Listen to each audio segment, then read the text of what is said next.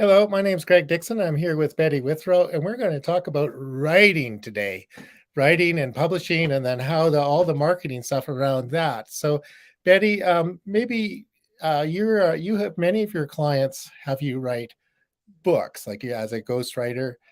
You want to talk about what that is, and then we were just discussing before we pushed the broadcast button how the marketing actually starts before the writing of the book, and maybe we can talk about that. Sure, Greg. That sounds good. So yes, I am a ghostwriter, and I work with my clients by interviews and getting links and articles and things like that. And then I put together the book. That's one of the things I do. I also ghostwrite other types of content. Your blogs, your email series, your scripts for your videos, and all sorts of things like that. However, it did seem to be a hot topic. When do you start marketing your book? The idea is that as soon as you have the idea, you start marketing your book. Long before the book itself actually exists, you start letting people know that you're doing this, and that you have this idea, and start getting a couple of things. Number one, feedback. One thing is going to help you a lot in maintaining your focus is that's a great idea. I can't wait to read it. You really want to hear that because it's going to keep you going while you go through the process of actually creating the book. Whether you're writing it or I'm writing it for you, you need to know that people are ready to hear it. And then sometimes I hear, but I don't know what the title is yet. It's okay. Think of a title, some working title that you can refer to in your mind, and start telling people, I'm writing a book and it's called, etc., whatever your title is. And believe me, nobody's going to remember the title that you told them. When it comes time to publish, you can change your title along the way as the real title arrives. You may already know the title before you even start the book. There's a good chance that along the way, we're going to want to look at your title and tweak it out a little bit. I'll give you an example. When I worked with Gina Estrada on her book that is called Start Here, Your Guide Through the Cancer Journey, we worked with that title a couple of different times. Should it be Start Here, Your Guide in the Cancer Journey, to the Cancer Journey? And then it was Through the Cancer Journey. And that was the one that went bingo. That is what we're really talking about here. And just that, sometimes moving one word or two words around in the title makes it resonate. Another example, my dear friend Joey Garrity, when she wrote her book, it was originally called Be Your Own Superstar. And then she conferred with someone about numerology and other factors relating to titles, and was told, no, you need to change it a little bit because you don't want a dragon at the door, which was what was going to happen. So she changed it to Being Your Own Superstar. Now you can see that the feeling between those two titles is very different. One is a command, be your own superstar, right? The other one is being your own superstar, which is just describing a state, a way of being. So this is an example of how one or two small changes in your title are going to change the way you perceive the book and how your audience is able to understand what it is that you're talking about in your book. So what else about marketing? Well, like I said, start talking to people about it. Start blogging about it. Get on podcasts, get interviewed, and tell people my upcoming book is going to talk about whatever your topic is, and begin to position yourself as the person that people want to read. That's the first thing. Yeah, that's great. So about the title thing, according to Shakespeare in Love, the Romeo and Juliet was originally called Romeo and Ethel.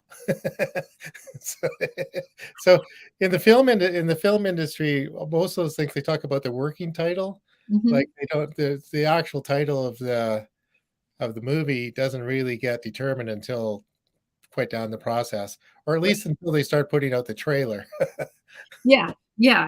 After they've worked with it for a while and really kind of chomped through the script, and you've had people throwing a fit here and there about, no, it has to be like this, or no, it can't be like that, then they get the real title. And that can often be the same process that the author will have that same type of discussion with herself or himself. Oh, I thought it was like this, but really it's like this. Oh, I need to change directions. Oh, is it okay to do that? Yes, it is. Yeah. And sometimes when it's done, what you thought you were writing about to begin with isn't what you ended up with, right? So, oh, Right. yeah, Right, exactly. That's the journey, and hopefully along the journey, the vision of what you're writing about expands and gets deeper and has more meaning for you and therefore also for the reader. yes, for sure. That's The what other we're doing. thing, the other thing I want to talk about today is your clients. Many of them, for your ghostwriting clients, their whole purpose is to write the book, right? Right. But we will sometimes advise people to create a book as a part of their marketing, like the other way around, right? Instead of Mhm. writing the book and then marketing the book, writing the book to market whatever it is they're selling. So, Right. how do you see that working? Well, it's true that having a book makes you, for instance, more attractive in the speaking market. A lot of people I work with want to have a book specifically for that reason, so that it's easier for them to get on a high quality stage. Because when you apply to be on a stage, they're going to ask you, "Do you have a book?" Yes, even if the book isn't completed yet, makes you a much stronger candidate to get on that stage, and it's part of your marketing.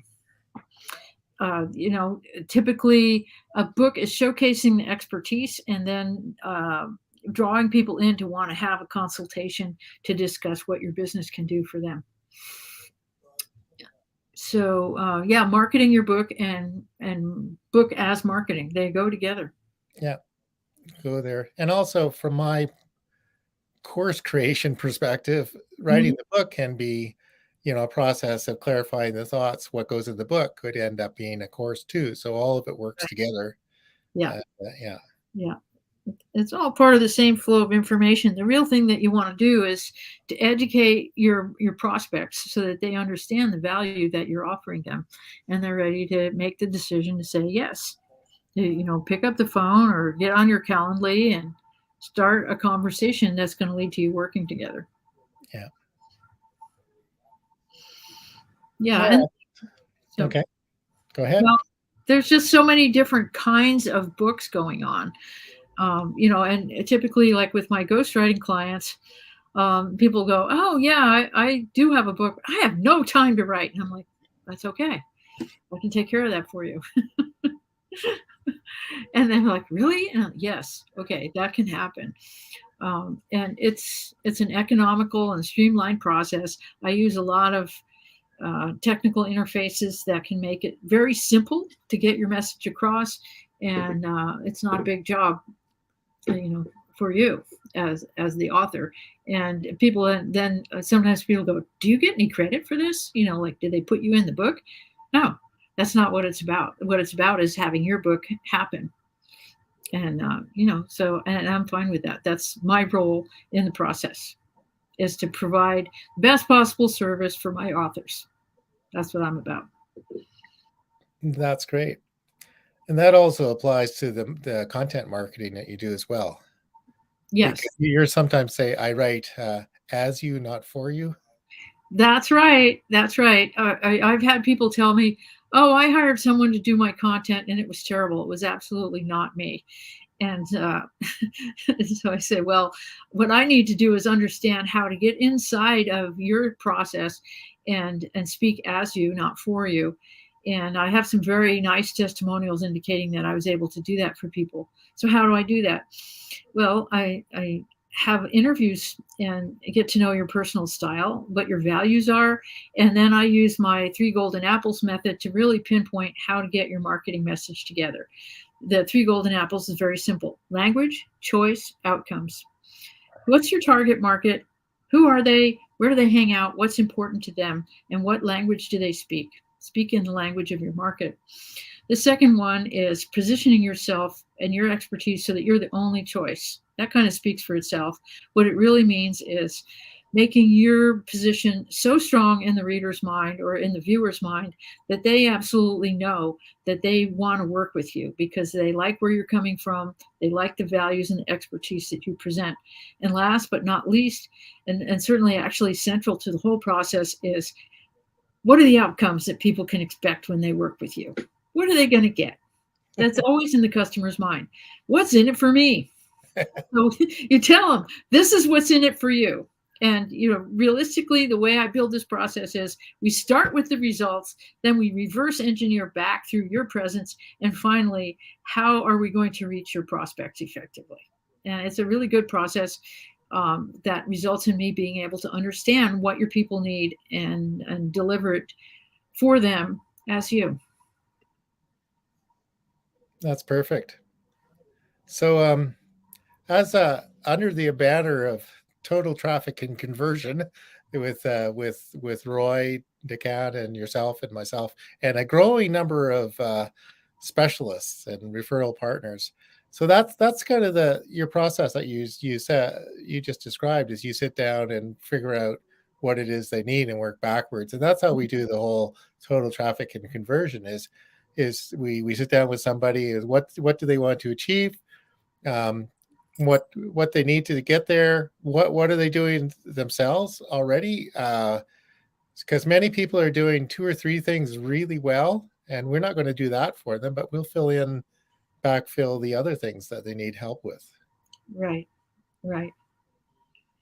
Yeah.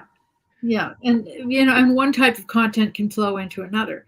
A really good blog post or article can flow into the script for a video, and vice versa. So anything that I write is designed to be repurposed. It should be able to go into 2 or 3 different mediums, written, visual, audio, and then talk to Greg about putting together a course, because it combines all of those things in a high value proposition so that people get the information that they need. Yeah, that's perfect. And yeah, repurposing is very important. So even something like a testimonial can show up in the book. It could be on the back cover, could be on a blog post, a website, in the in the course, everywhere. Right. So yeah, what was the other thing you said? Is you wanted to be the only choice in your niche, right? Yeah. So that's so we tried to get you everywhere. If anybody's looking, they're looking for somebody in your niche, that's who they find. So Right. yeah, And that's Roy's specialty. It really landed for me when he said, the more clearly and narrowly that you define your niche, the more effective you're going to be in reaching the people that are actually your prospects, the people who are really looking for you and that you really want as your clients. yeah. So do we have any more final comments before we let people go? Any questions from the audience here? So if you have a question, just put it in the comment, and we'll do our best to answer. Yeah. Yeah. Well, I think that kind of sums it up for now, what we said we were going to talk about today. We didn't really get to publishing, but I think we got the point across that the writing and the marketing needs to come first. Then later we can talk about publishing.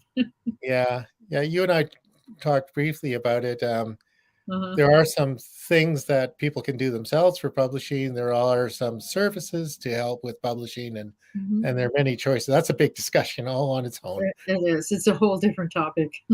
And you have a few people in your Rolodex that are really good at that too. Indeed, yeah, indeed. I mean, as far as marketing your book, like I said, it starts with you, and then when you're ready, I can send you to some marketing resources specifically for books and people who, like, if you have courses and events that you want to fill, I know who's going to get you where you want to go, and I will be very happy to work with you in making that happen. Okay. Awesome. So your next step is to reach out and talk to Betty, talk to me, go visit totaltrafficandconversion.com and learn more about what we're up to, and we'll see you next time. Sounds good, Greg. Okay.